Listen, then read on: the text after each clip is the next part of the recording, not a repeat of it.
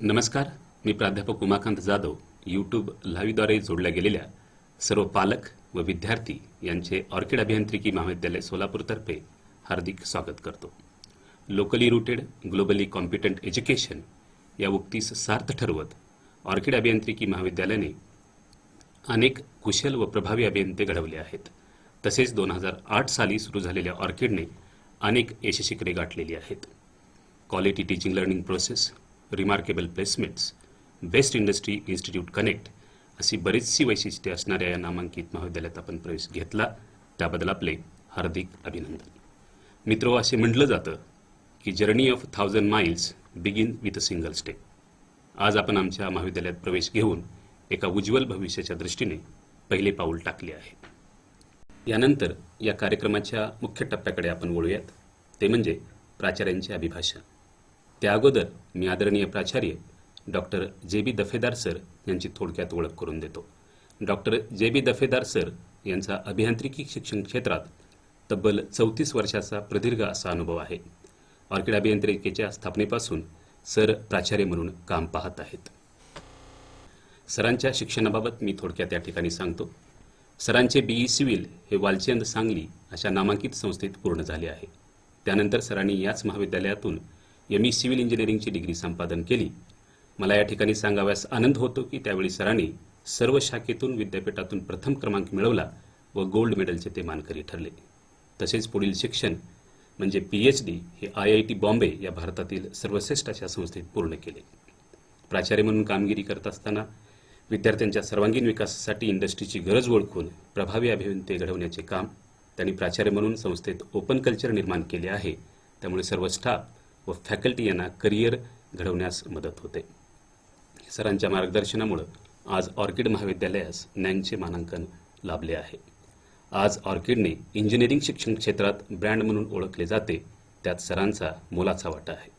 तसेच सरांनी सोलापूर विद्यापीठात इंजिनिअरिंग विभागाचे डीन म्हणून 3 वर्ष काम पाहिले आहे. डी.बा.टू लोणेरेचे सर एक्झिक्युटिव्ह काउन्सिलचे मेंबर म्हणून काम पाहत आहेत. रिसर्च आणि पब्लिकेशनच्या बाबत सांगायचं असेल झाल्यास सरांनी नॅशनल इंटरनॅशनल जर्नल्समध्ये पेपरचे पब्लिकेशन केलेले आहे. तसेच सरांनी इंटरनॅशनल कॉन्फरन्ससुद्धा प्रोसिडिंग केलेले आहेत. सरांच्या मार्गदर्शनाखाली सध्या 3 विद्यार्थी PhD करत आहेत. पुरस्कार आणि सन्मानाविषयी मी थोडक्यात या ठिकाणी सन 1987 साली झालेल्या ME परीक्षेच्या सर्व शाखेच्या विद्यार्थ्यांमधून विद्यापीठात प्रथम क्रमांक व सुवर्णपदक संपादन केल्याने त्यांना अतिशय मानाचा असा धोंडमामा साठे ट्रस्ट प्राइज या पुरस्काराने सन्मानित करण्यात आले. तसेच लायन्स क्लब सोलापूरने शिक्षक दिनाचे औचित्य साधून अभियांत्रिकी क्षेत्रात भरीव कामगिरी केल्याने सरांचा सन्मान करण्यात आला. MSc सोसायटी पुणेतर्फे सोलापूर शिक्षा गौरव पुरस्काराने सरांना सन्मानित करण्यात आले. उत्तम संघटक, प्रशासक, शिक्षण तज्ज्ञ आणि स्थापत्य क्षेत्रामध्ये उल्लेखनीय कामगिरी करणारे आदरणीय प्राचार्य डॉक्टर जे.बी. दफेदार सर यांना विनंती करतो की त्यांनी विद्यार्थी व पालक यांना थँक्यू उमाकांत. नमस्कार, मी डॉक्टर दफेदार, प्राचार्य NK orchid college of engineering and technology Solapur.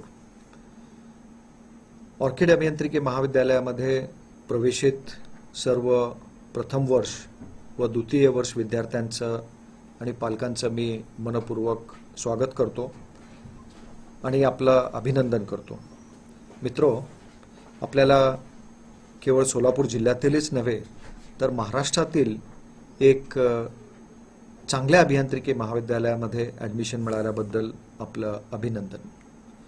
माझ्या या 1 तासाच्या अभिभाषणामध्ये मी आपल्याला ऑर्किड अभियांत्रिकी महाविद्यालयाची थोडक्यात ओळख करून देणार आहे.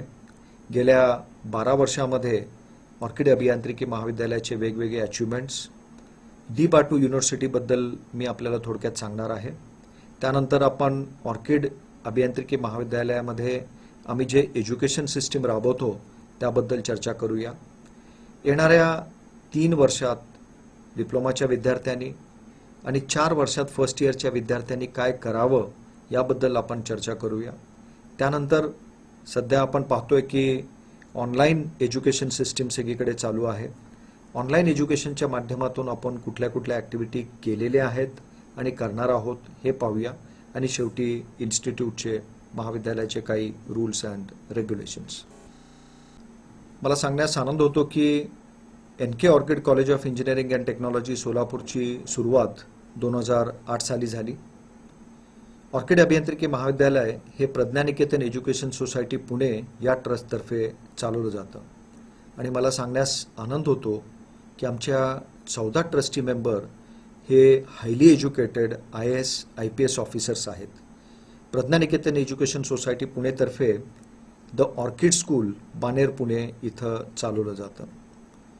गेल्या 12 वर्षात ऑर्किड अभियांत्रिकी महाविद्यालयाने यशाचे अनेक उत्तुंग शिखर गाठलेले आपल्याला पाहायला मिळतील.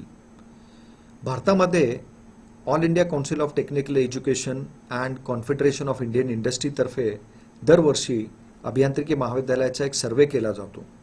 त्यामध्ये कुठलं अभियांत्रिकी महाविद्यालय हे इंडस्ट्रीशी चांगल्या पद्धतीनं कनेक्टेड आहे, इंडस्ट्रीचे प्रॉब्लेम्स हे कुठल्या महाविद्यालयातर्फे सोडवले जातात, विद्यार्थ्यांना ट्रेनिंग आणि इंटर्नशिपमध्ये कुठल्या इंडस्ट्रीमध्ये पाठवलं जातं, ह्या सगळ्या गोष्टींवरती AICTE CII तर्फे इन्स्टिट्यूटचं रँकिंग केलं जातं. त्यामध्ये platinum band, gold band and silver band असे इन्स्टिट्यूटचं वर्गीकरण करण्यात येतं.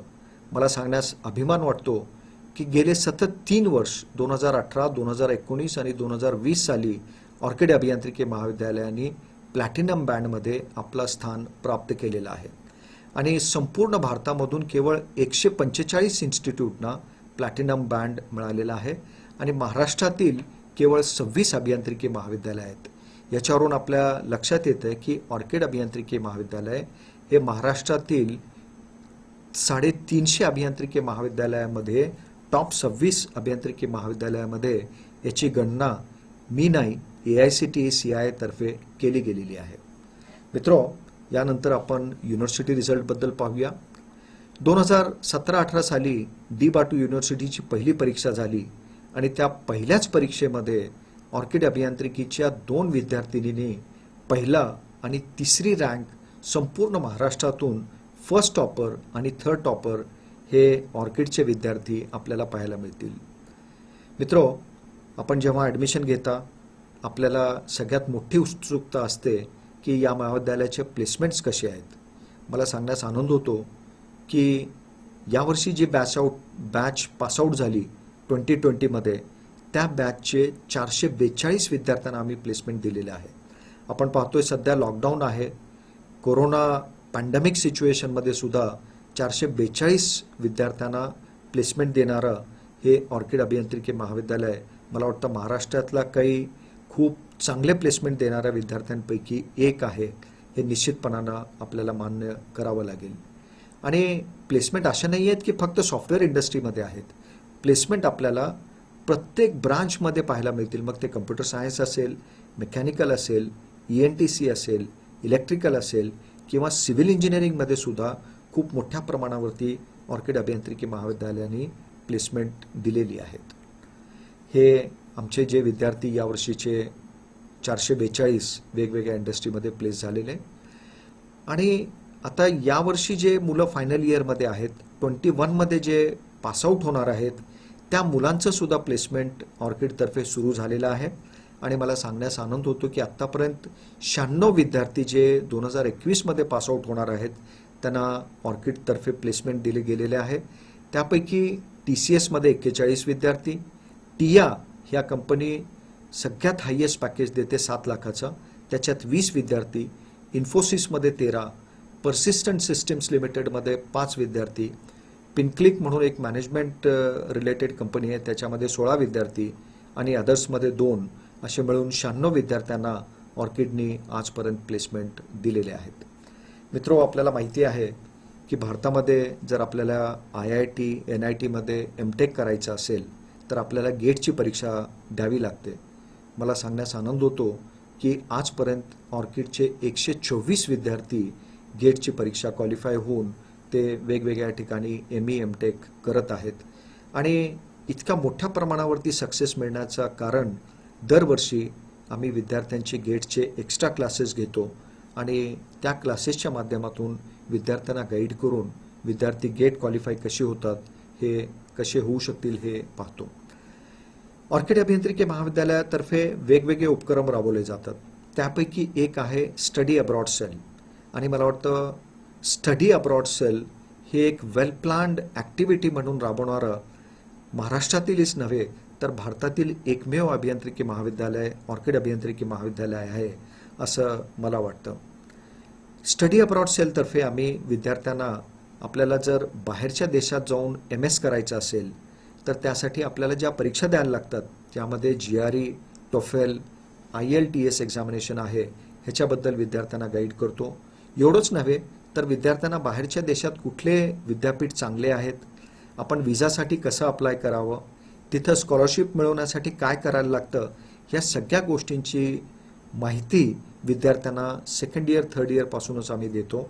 आणि मला सांगण्यास आनंद होतो की गेल्या 7 वर्षात ऑर्किडच्या 43 विद्यार्थ्यांना बाहेरच्या देशांमध्ये ज्यामध्ये जर्मनी, ब्रिटन, फ्रान्स, कॅनडा आणि US अशा देशांमध्ये चांगल्या विद्यापीठामध्ये त्यांना विथ स्टायपंड ॲडमिशन MS प्रोग्रामसाठी मिळालेलं आपल्याला पाहायला मिळेल. गेल्या वर्षी ऑर्किडचे 9 विद्यार्थी वेगवेगळ्या देशांमध्ये गेलेली न्यूज आपण न्यूजपेपरमध्ये वाचलेली असेल. मित्रो, यानंतर आपण महाराष्ट्राची जी एक state technological university DBATU doctor Babasaheb Ambedkar technological university आहे त्याबद्दल माहिती घेऊया. ऑर्किड अभियांत्रिकी महाविद्यालय हे DBATUशी संलग्नित आहेत. खरं म्हणजे आपल्या देशामध्ये जवळजवळ 22 राज्यांमध्ये प्रत्येक राज्याची स्वतंत्र तंत्रशास्त्र विद्यापीठ आहे. महाराष्ट्राने माझ्या दृष्टीनं हा निर्णय थोडासा उशिरा घेतला. 2017-18 साली महाराष्ट्रामध्ये स्टेट टेक्नॉलॉजिकल युनिव्हर्सिटी DBATUची सुरुवात झालेली आहे. DBATUनी आपल्या सुरुवातीपासून आणि सध्या आपली नॅशनल एज्युकेशन पॉलिसी 2020 जी डिक्लेअर झाली त्या नॅशनल एज्युकेशन पॉलिसीप्रमाणे अनेक क्रांतिकारी निर्णय घेतलेले आपल्याला पाहायला मिळतील. सगळ्यात मोठा निर्णय बाटूने घेतला तो म्हणजे मायनर आणि ऑनर्स डिग्री. मायनर डिग्रीचा अर्थ असा आहे की समजा आपण मेकॅनिकल इंजिनिअरिंगमध्ये ॲडमिशन घेतली असेल, मग ते फर्स्ट इयरला असेल किंवा डायरेक्ट सेकंड इयर थ्रू असेल, आपण मेकॅनिकल इंजिनिअरिंगचा कोर्स करत करत आपण 5 विषय कम्प्युटरचे जर ऑनलाईन शिकलात तर आपल्याला BTech in mechanical with minor in computer science अशी डिग्री मिळणार आहे. आणि मायनर डिग्री तुम्ही एक ब्रांचमध्ये शिकत असताना इतर कुठल्याही ब्रांचमध्ये तुम्ही मायनर करू शकता. मेकॅनिकलचे विद्यार्थी CSEमध्ये, ENTCचे विद्यार्थीसुद्धा CSEमध्ये मायनर डिग्री घेऊ शकतात. CSEचे विद्यार्थी ENTC आणि मेकॅनिकलमध्ये मायनर करू शकतात. दुसरा प्रकार आहे ते म्हणजे ऑनर्स डिग्री. आपण समजा सिव्हिल इंजिनिअरिंगमध्ये ॲडमिशन घेतलेली आहे आणि सिव्हिल इंजिनिअरिंगच्या एन्व्हायरमेंटल इंजिनिअरिंग ह्या स्पेशलायझेशनमध्ये जर आपल्याला इंटरेस्ट असेल तर आपण BTech सिव्हिल इंजिनिअरिंग करत करत 5 विषय ऑनलाईन जर आपण एन्व्हायरमेंटल इंजिनिअरिंग रिलेटेड शिकलात तर you will get BTech in civil engineering with honours in environmental engineering. तसंच ENTCची डिग्री करत करत आपण जर रोबोटिक्सशी रिलेटेड काही 5 ऑनलाईन विषय शिकलात तर you will get BTech in ENTC with honours in robotics.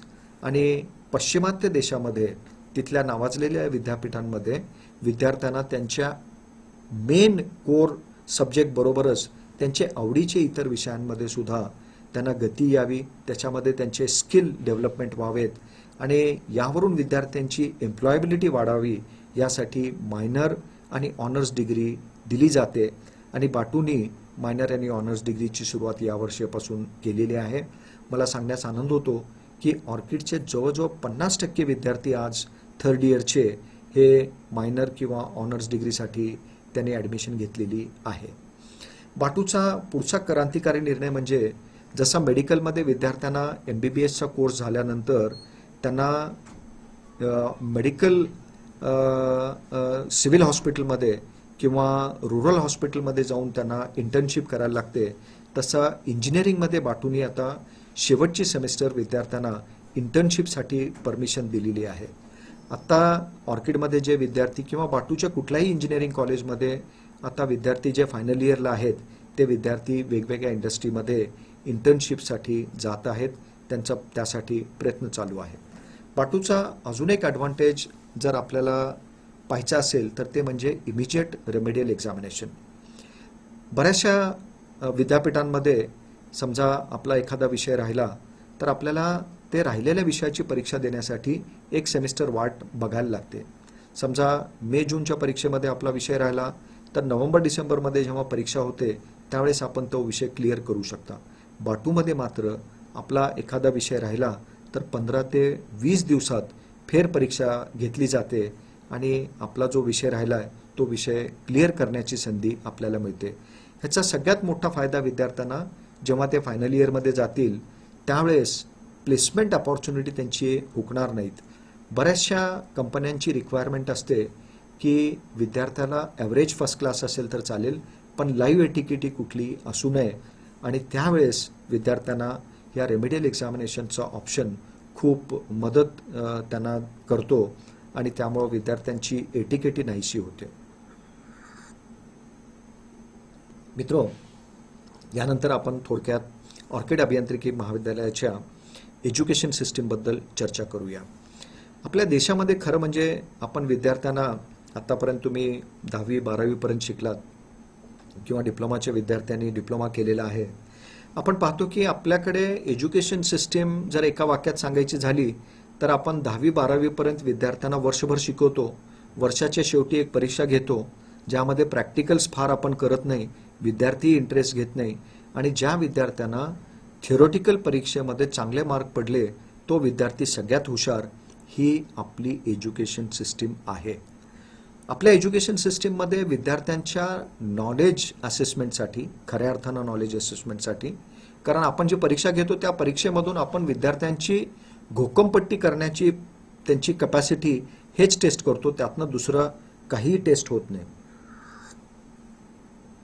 त्याचबरोबर आपल्या एज्युकेशन सिस्टीममध्ये विद्यार्थ्यांनी जे स्किल अक्वायर केलेत ते असेस करण्यासाठी कुठलाही टूल नाही आहे. त्यामुळं आज आपले विद्यार्थी मोठ्या प्रमाणावरती इंडस्ट्रीमधून रिजेक्ट होतात. खरं म्हणजे एज्युकेशनचा पर्पज जो आहे आपले 6 कॉग्निटिव्ह स्किल्स डेव्हलप करणे हा आहे. 10वी 12वीपर्यंत किंवा डिप्लोमापर्यंत आपल्याकडे लोअर कॉग्निटिव्ह स्किल्स डेव्हलप व्हायला पाहिजेत, ज्यामध्ये आपली पाठांतराची कपॅसिटी, समजून घेण्याची कपॅसिटी, रिमेंबरिंग, अंडरस्टँडिंग आणि अप्लाइंग डेव्हलप होते.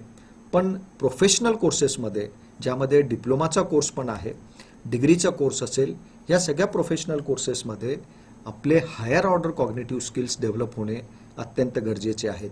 त्यामध्ये अनालायझिंग कपॅसिटी, विद्यार्थ्यांची इव्हॅल्युएटिंग कपॅसिटी आणि त्यांची क्रिएटिव्हिटी डेव्हलप होणं अत्यंत गरजेचं आहे. आणि विद्यार्थी मित्रांनो, केवळ पुस्तकी ज्ञानातून आपले higher order cognitive skills develop होणार नाहीत. त्यासाठी आपल्याला hands on, practical, experiential learning ह्या गोष्टींवरती भर देणं अत्यंत गरजेचं आहे. आणि ऑर्किड अभियांत्रिकी महाविद्यालयाचा जो एज्युकेशन मॉडेल आहे तो एक्झॅक्टली आपले higher order cognitive skills develop करण्यासाठी आम्ही डिझाईन केलेलं आहे. येणाऱ्या 4 वर्षात फर्स्ट इयरच्या विद्यार्थ्यांनी आणि 3 वर्षात डिप्लोमाच्या विद्यार्थ्यांनी 4 गोष्टी जर केले तर निश्चितपणानं आपल्या नॉलेजबरोबर आपले स्किल्स डेव्हलप होणार आहेत. आणि त्या 4 गोष्टी काय आहेत? सगळ्यात पहिली, स्टडी फॉर नॉलेज. खऱ्या अर्थानं विद्यार्थी बना, परीक्षार्थी राहू नका. बऱ्याचदा आपण पाहतो विद्यार्थी रिझल्ट लागला की खुश होतात, मला 40 मार्क पडले, माझा विषय क्लिअर झाला, नाव I am all clear students. मित्रो, इंडस्ट्रीमध्ये तुम्हाला किती मार्क पडलेत ह्याला महत्त्व नाही आहे, तुम्हाला नॉलेज किती आहे आणि जो नॉलेज तुमच्याकडे आहे ते तुम्ही प्रॅक्टिकल प्रॉब्लेमसाठी तो नॉलेज कसा वापरू शकता हे टेस्ट केलं जातं. त्यामुळे विद्यार्थ्यांनी नॉलेजसाठी काम करावं, खऱ्या अर्थानं विद्यार्थी बनावं, परीक्षा पास होण्यासाठी परीक्षार्थी राहू नये. पहिला आपल्याला हे काम करायचं आहे. दुसरं काम, तुमचे कम्युनिकेशन स्किल हे अत्यंत गरजेचे आहेत. इंडस्ट्रीमध्ये तुमच्या नॉलेजबरोबरच तुमचे कम्युनिकेशन स्किल आणि सॉफ्ट स्किल पाहिले जातात. मी पाहतो की आमचे सोलापूरचे विद्यार्थी ह्यांचा नॉलेज खूप चांगला असतो, पण ह्यांना इंग्रजीत जर स्वतःला एक्सप्रेस करायला सांगितलं तर आमचे विद्यार्थी पुणे मुंबईच्या विद्यार्थ्यांच्या कंपॅरिझनमध्ये थोडेसे मागं पडतात.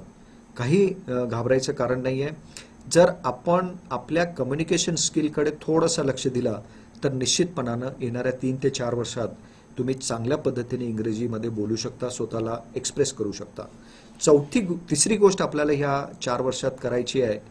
तुम्ही ज्या फील्डमध्ये ॲडमिशन घेतलेली आहे त्या फील्डमध्ये इंडस्ट्रीमध्ये जे नवीन टेक्नॉलॉजी वापरली जाते त्या टेक्नॉलॉजीचे कोर्सेस आपण 2 कोर्सेस किमान या 3 ते 4 वर्षात कंप्लीट करायचे आहेत. आणि चौथी गोष्ट मी आपल्याला म्हटल्याप्रमाणे प्रॅक्टिकल लर्निंगसाठी आपल्याला इंडस्ट्रीमध्ये जाऊन प्रत्येक वेकेशनमध्ये ट्रेनिंग घ्यायची आहे. आणि 8व्या सेमिस्टरमध्ये आपल्याला इंडस्ट्रीमध्ये जाऊन 6 महिने इंडस्ट्रीत राहून इंटर्नशिप करत करत तिथं प्रोजेक्ट कंप्लीट करायचा आहे. तर येणाऱ्या 3 ते 4 वर्षात विद्यार्थ्यांनी इंजिनिअरिंग एज्युकेशनमध्ये ह्या 4 गोष्टी कटाक्षाने करावेत, जेणेकरून you will be A complete engineer आणि एक कम्प्लीट इंडस्ट्री रेडी इंजिनियर म्हणून आपण बाहेर पडाल. आता स्टडी फॉर नॉलेजमध्ये सगळ्यात पहिल्यांदा आपल्याला अभ्यास करताना केवळ शिक्षकांनी दिलेले नोट्सवरती अवलंबून न राहता पुस्तकं वाचणं अत्यंत गरजेचं आहे. पुस्तकामध्ये बऱ्याचशा गोष्टी, बरेचसे कन्सेप्ट हे डिटेल एक्सप्लेन केलेले असतात. जेव्हा तुम्ही पुस्तक वापरता त्यावेळेस बरेचसे कन्सेप्ट तुमचे क्लिअर होतात. स्टडी फॉर नॉलेजसाठी पहिली गोष्ट पुस्तक वापरणे. आणि ऑर्किड अभियांत्रिकी महाविद्यालयामध्ये आम्ही प्रत्येक विद्यार्थ्याला जे त्याला विषय आहेत 5-6 विषय, त्या सगळ्या विषयांचे पुस्तकं सेमिस्टरभर आम्ही विद्यार्थ्यांना देतो. सो ऑर्किड मला वाटतं परत हे एक महाविद्यालय संपूर्ण भारतामध्ये आहे जिथं book bank scheme for every student हे आम्ही 2008 सालापासून राबवतो. त्याच्यानंतर दुसरी गोष्ट, जर आपल्याला नॉलेज वाढवायचं असेल तर स्टडी फ्रॉम फर्स्ट डे, पहिल्या दिवसापासून अभ्यास करायला पाहिजे. बऱ्याचदा आपण पाहतो विद्यार्थी परीक्षा जवळ आल्यानंतर 15-20 दिवस राहिल्यानंतर अभ्यास सुरू करतो. तुम्ही परीक्षा जवळ आल्यानंतर अभ्यास कराल तर तुम्ही मार्क मिळवण्यासाठीच अभ्यास करू शकता. शिक्षकांनी दिलेले नोट्सचाच तुम्ही अभ्यास करणार आणि पुस्तकाला हात लावायला तुम्हाला वेळ मिळणार नाही आणि तुमचे कन्सेप्ट्स क्लिअर होणार नाही आणि खऱ्या अर्थानं तुम्हाला नॉलेज मिळणार नाही. त्यामुळे विद्यार्थ्यांनी पहिल्या दिवसापासून अभ्यास करावा. आणि त्यानंतर अभ्यास करत असताना आज मोबाईल तुमच्याकडे अवेलेबल आहे. आज यूट्यूबवरती तुम्हाला नॉलेजचा भांडार आहे. एखादा कन्सेप्ट जर आपल्याला समजत नसेल तर यूट्यूबवरती तो जर कन्सेप्ट आपण व्हिडिओज ॲनिमेशनच्या माध्यमातून पाहिला तर आपले बरेचसे इंजिनिअरिंगचे कन्सेप्ट्स क्लिअर होणार आहेत. बऱ्याचदा विद्यार्थी आमच्याकडे येतात आणि म्हणतात की सर अभ्यासाची पद्धत कशी असावी. मित्रो, 12वीपर्यंत म्हणा किंवा डिप्लोमामध्ये सुद्धा आपल्याला स्पून फीडिंग केली गेलेली आहे. बऱ्याचदा शिक्षकांनी नोट्स दिले, त्या नोट्सचं पाठांतर करून आपण खूप चांगले मार्क मिळवले. खरं म्हणजे पाठांतरानं तुमचं नॉलेज वाढणार नाही आहे. अभ्यासाच्या 2 पद्धती आहेत. एक आहे वाईड एक्सटेन्सिव्ह स्टडी आणि दुसरा आहे इंटेन्सिव्ह स्टडी.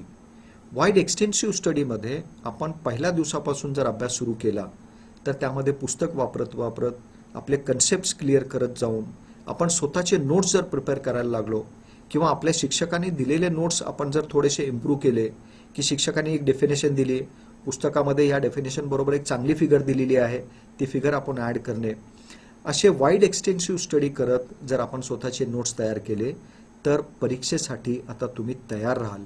आणि जेव्हा परीक्षा जवळ येईल 15 ते 20 दिवस परीक्षेच्या अगोदर तुम्ही तुमच्या नोट्सचा जेव्हा अभ्यास कराल तर that will be the intensive study for getting good marks. त्यामुळं अभ्यासाची पद्धत should be a combination of both wide extensive study throughout the semester and intensive study near the examination. यामध्ये तुम्हाला नॉलेज बरोबरच चांगले मार्क्ससुद्धा पडण्यास मदत होणार आहे. आणि मी आपल्याला म्हटल्याप्रमाणे अभ्यास करताना मॉडर्न टीचिंग एड्स ज्यामध्ये यूट्यूब असेल किंवा तुमचा गुगल असेल यावरून ॲडिशनल इन्फॉर्मेशन जर आपण मिळवत राहिलो तर निश्चितपणानं आपले कन्सेप्ट क्लिअर होण्यासाठी मदत होणार आहे. जेव्हा ऑफलाईन क्लासेस आपले सुरू होतील त्यावेळेस ऑर्किडमध्ये विद्यार्थ्यांना आम्ही वर्गातसुद्धा बरेचसे कन्सेप्ट क्लिअर होण्यासाठी व्हिडिओज आणि ॲनिमेशन्स दाखवण्याचा प्रयत्न करतो. नॉलेज मिळवण्याचा दुसरा जो पार्ट आहे त्यामध्ये बऱ्याचशा महाविद्यालयामध्ये आपण पाहतो आपल्या खरंच एज्युकेशन सिस्टीममध्ये 10वी-12वीपर्यंत प्रॅक्टिकल नावाचा प्रकारच नाही आहे. विद्यार्थ्यांना कधीही हँड्स ऑन प्रॅक्टिकल्स करण्यासाठी अपॉर्च्युनिटी मिळत नाही. आणि बऱ्याचशा डिप्लोमा कॉलेजेसमध्ये सुद्धा फार खेदानं मला सांगावं असं वाटतं की प्रॅक्टिकल्सवरती भर दिला जात नाही. आपल्याला जर नॉलेज मिळवायचं असेल तर विद्यार्थी मित्रांनो, जेव्हा ऑफलाईनमध्ये आपले प्रॅक्टिकल सुरू होतील त्यावेळेस प्रत्येक प्रॅक्टिकल आपण स्वतःच्या हातानं केला तर खऱ्या अर्थानं आपल्याला एक्सपिरियन्शियल लर्निंग मिळणार आहे. आणि फायनल इयरचा जो प्रोजेक्ट आहे तो जर प्रोजेक्ट आपण इंडस्ट्री प्रॉब्लेमवरती केला आणि इंडस्ट्रीमध्ये जाऊन जर तो प्रोजेक्ट केला तर खऱ्या अर्थानं आपल्याला एक्सपिरियन्शियल लर्निंग मिळणार आहे आणि खऱ्या अर्थानं आपला नॉलेज वाढणार आहे. आज आमच्या काही विद्यार्थ्यांनी वेगवेगळ्या इंडस्ट्रीजसाठी जे प्रोजेक्ट केले त्यामध्ये एक सॉफ्टवेअर आमच्या विद्यार्थ्यांनी सोलापूर कृषी विज्ञान केंद्रासाठी डेव्हलप केला होता आणि शेतकऱ्यांसाठी आता सोलापूरचं कृषी विज्ञान केंद्र हे सॉफ्टवेअर वापरत आहेत. विद्यार्थ्यांना आम्ही वेगवेगळ्या कॉम्पिटिशन्समध्ये, मग त्यामध्ये SAE बहा असेल किंवा फॉर्म्युला रेस असेल किंवा तुमचे क्वाड बाईक कॉम्पिटिशन असेल, अशा बऱ्याचशा कॉम्पिटिशनमध्ये सॉफ्टवेअरच्या विद्यार्थ्यांना वेगवेगळ्या हॅकॅथॉनमध्ये आम्ही मोटिवेट करतो जेणेकरून विद्यार्थ्यांना प्रॅक्टिकल प्रॉब्लेम्सवरती काम करण्याचे संधी मिळतील. हे विद्यार्थ्यांचा एक प्रोजेक्ट आहे. 360 डिग्रीज डायरेक्शनमध्ये थंड हवा देणारा कूलर आमच्या विद्यार्थ्यांनी डेव्हलप केला. It's a really very good experiential learning for the students. ही झाली पहिली ॲक्टिव्हिटी, स्टडी फॉर नॉलेज. दुसरी ॲक्टिव्हिटी येणाऱ्या 3-4 वर्षात आपल्याला करायचं आहे ते म्हणजे इम्प्रूव्ह युअर कम्युनिकेशन स्किल. बऱ्याचदा कम्युनिकेशन स्किल इम्प्रूव्ह करा म्हटलं की विद्यार्थी आणि पालक विचारतात की सर इंग्लिश इम्प्रूव्ह करण्यासाठी ट्युशन कुठं लावावी.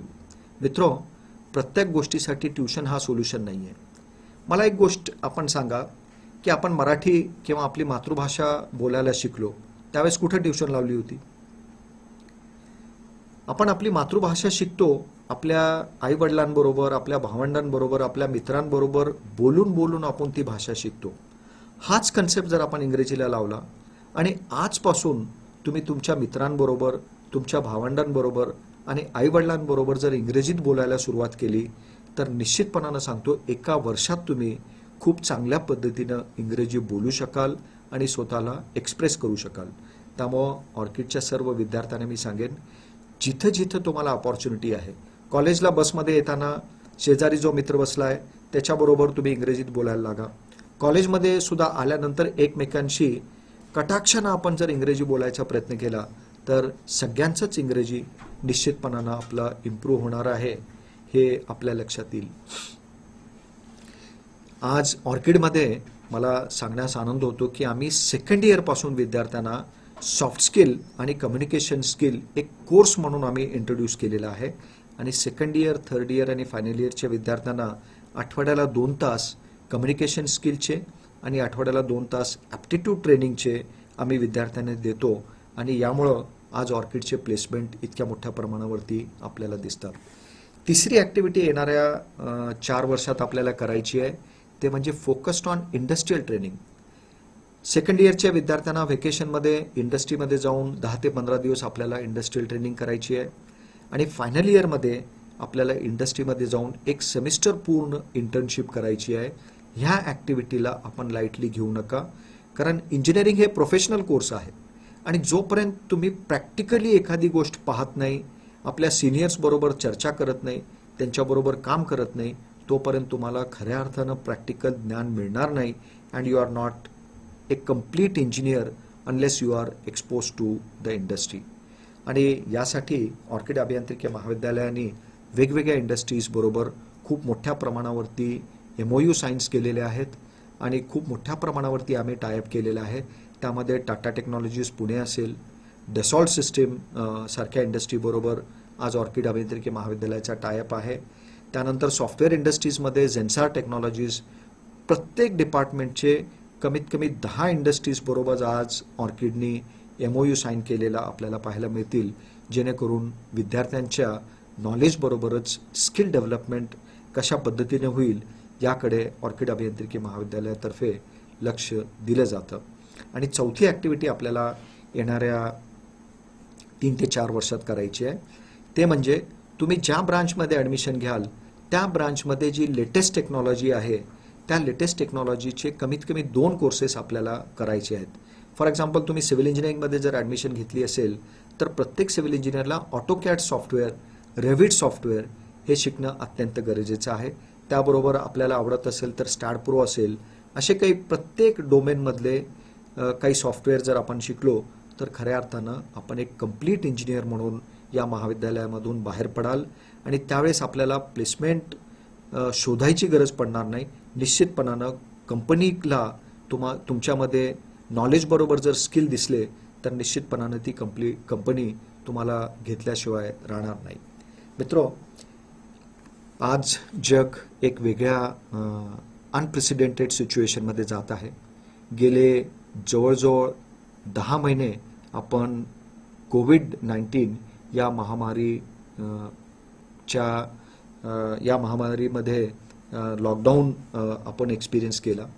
या लॉकडाऊनमध्ये ऑर्किड अभियांत्रिकी महाविद्यालयाने मला सांगण्यास आनंद होतो की स्पोर्ट्स सोडून प्रत्येक ॲक्टिव्हिटी जे आम्ही ऑफलाईन मोडमध्ये करत होतो ते आज ऑनलाईन मोडमध्ये आम्ही करत आहोत, ज्यामध्ये ऑनलाईन टीचिंग लर्निंग बरोबरच विद्यार्थ्यांचे प्रॅक्टिकल्स, विद्यार्थ्यांचे projects, internship, online training and placement activity, पालकांबरोबर आमचा ऑनलाईन कनेक्ट आणि इन्स्टिट्यूट सोशल रिस्पॉन्सिबिलिटी ॲक्टिव्हिटीज आणि विद्यार्थ्यांना गॅदरिंगसारख्या एक्स्ट्रा करिक्युलर ॲक्टिव्हिटीजसुद्धा आज ऑर्किड अभियांत्रिकी महाविद्यालयाने या लॉकडाऊनच्या काळात ऑनलाईनच्या माध्यमातून पूर्ण केलेले आहेत.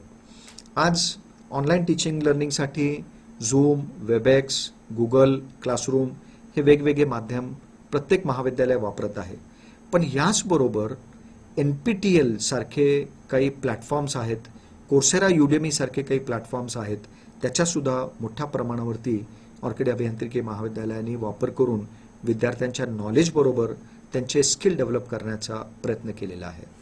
आज ऑनलाईन टीचिंग म्हटलं की बऱ्याचशा महाविद्यालयामध्ये झूम थ्रू किंवा Google classroom through online lectures घेणे, PPTच्या माध्यमातून किंवा ब्लॅकबोर्डच्या माध्यमातून ऑनलाईन लेक्चर घेणे एवढा पुरतं ऑनलाईन टीचिंग सीमित झालेलं आहे. मित्रो, आज जसं आपण ऑनलाईन लेक्चर घेतो तसं ऑनलाईन प्रॅक्टिकलसुद्धा आपल्याला व्हर्च्युअल लॅब्सच्या माध्यमातून करता येतात. भारतामध्ये MHRD आणि IITsनी मिळून व्हर्च्युअल लॅब खूप मोठ्या प्रमाणावरती डेव्हलप केलेले आहेत. आज अभियांत्रिकीचे जवळजवळ 70% प्रॅक्टिकल्स आपण ऑनलाईन व्हर्च्युअल लॅबच्या माध्यमातून ऑर्किड अभियांत्रिकी महाविद्यालयाने पूर्ण केलेले आहेत. आणि व्हर्च्युअल लॅब्सचे बरेचसे ॲडव्हान्टेजेस आहेत, ज्यामध्ये ॲक्च्युली आपल्याला जर एखादा फिजिकल एक्सपेरिमेंट करायचा असेल तर आपल्याला काही चेंजेस करायचे असतील तर तो एक्सपेरिमेंट रिपीट करावा लागतो. पण व्हर्च्युअल लॅबमध्ये तुम्हाला जर एखादा पॅरामीटर चेंज करायचा असेल तर तुम्हाला सॉफ्टवेअरवरती तुमच्या मोबाईलवरती फक्त एक व्हॅल्यू चेंज करायची आहे आणि ती व्हॅल्यू चेंज केल्यानंतर त्या एक्सपेरिमेंटचे रिझल्ट्स कसे चेंज होतात हे लगेच तुम्हाला व्हर्च्युअल लॅबच्या माध्यमातून दिसतं आणि त्यामुळं बरेचसे कन्सेप्ट्स तुमचे विद्यार्थ्यांचे क्लिअर होतात. त्यामुळं विद्यार्थ्यांना मी सांगेन की तुमचे टीचर्स तुम्हाला व्हर्च्युअल लॅब इंट्रोड्यूस करतील. त्यानंतरसुद्धा विद्यार्थ्यांनी स्वतः मोबाईलवरती आपल्या सिलेबसमध्ये जेवढे एक्सपेरिमेंट्स आहेत ते सगळेचे सगळे एक्सपेरिमेंट्स आपण व्हर्च्युअल लॅबच्या माध्यमातून पूर्ण करायचे आहेत. आज ऑर्किड अभियांत्रिकी महाविद्यालयामध्ये टीचिंग लर्निंगचा आम्ही शिक्षकांचा फीडबॅक विद्यार्थ्यांकडनं घेत होतो ऑफलाईन मोडमध्ये.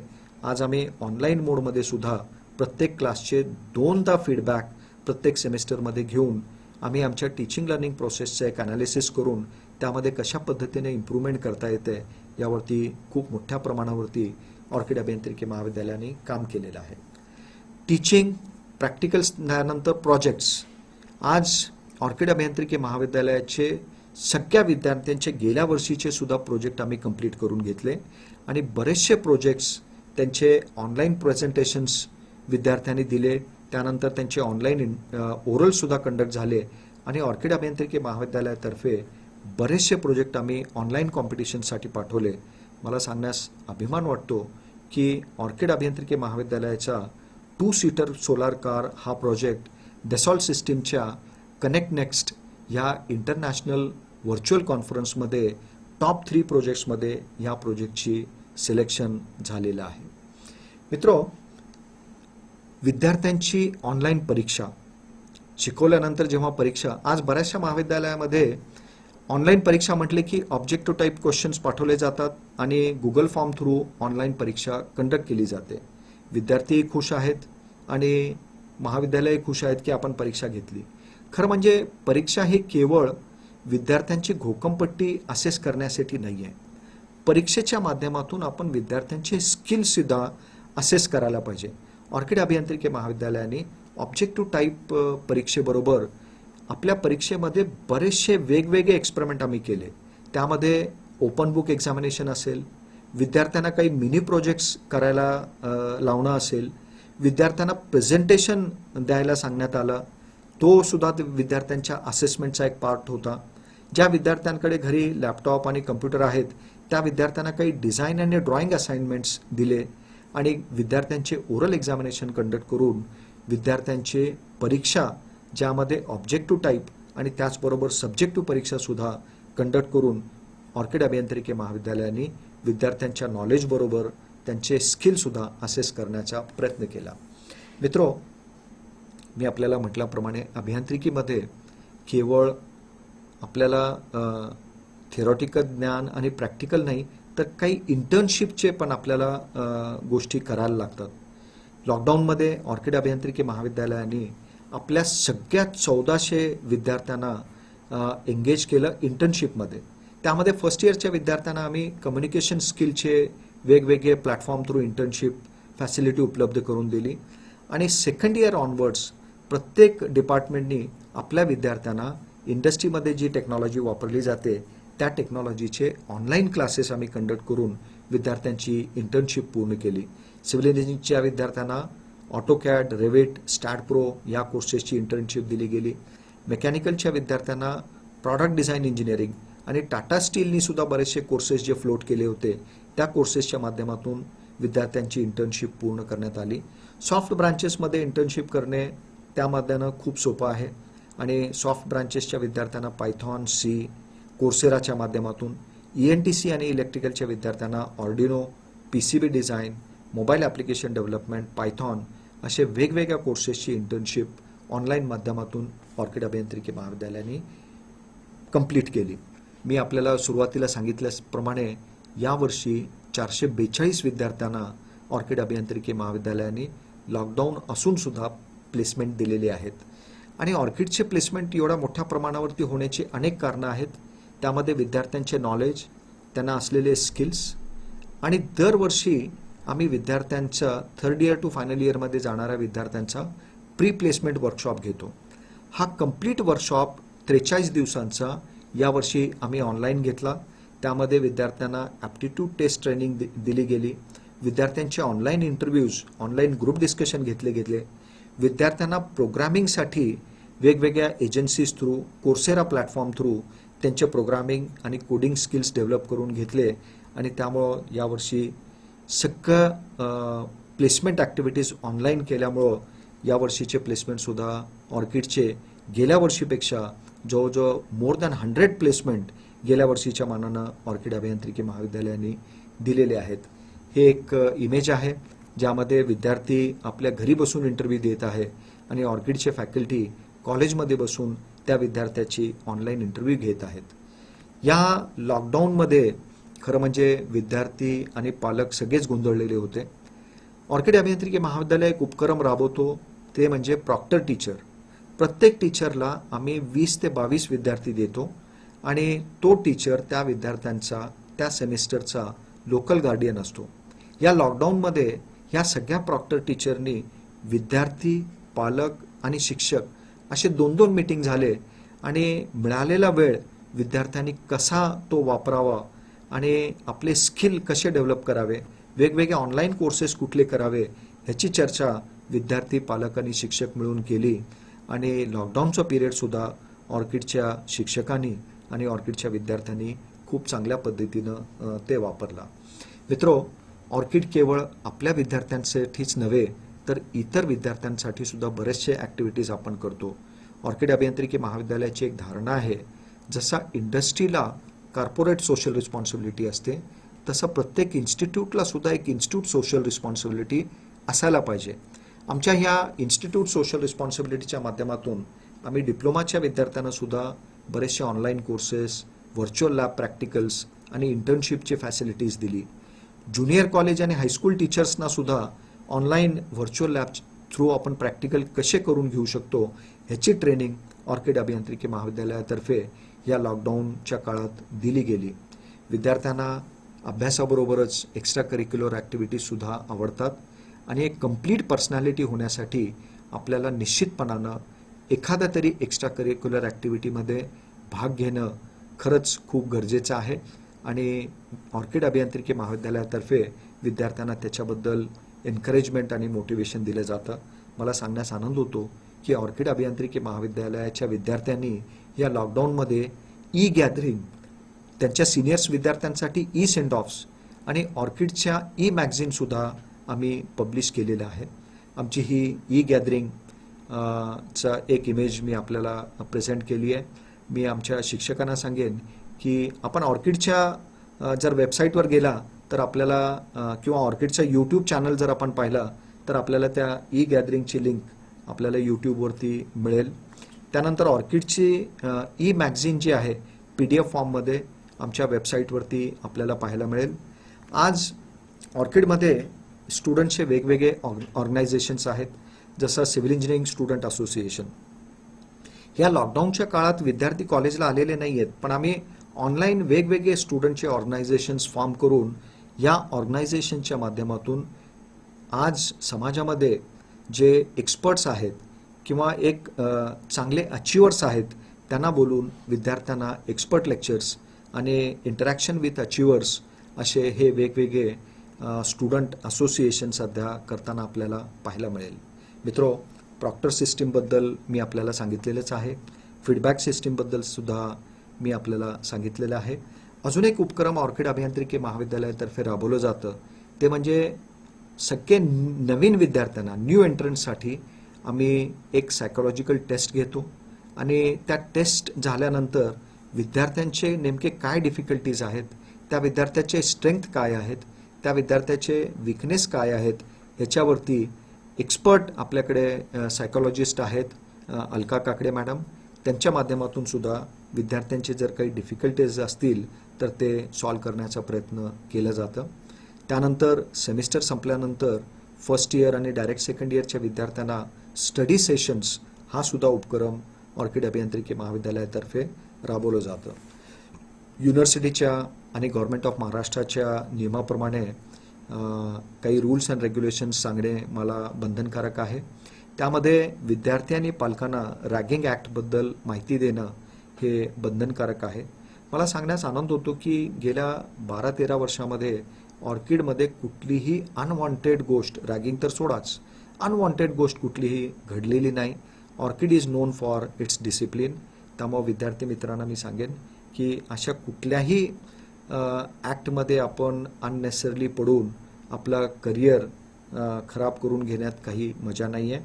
विद्यार्थ्यांनी रॅगिंगसारख्या प्रकारापासून दूर राहावं आणि एखाद्या विद्यार्थ्याला काही असा त्रास होत असेल तर इमिजिएटली आपले प्रॉक्टर टीचर, आपले क्लास टीचर किंवा आपले हेड ऑफ डिपार्टमेंट किंवा प्राचार्य यांना आपण कधीही भेटू शकता आणि असा कुठलाही प्रकार ऑर्किडमध्ये झालेला नाही आणि होणारी नाही आहे.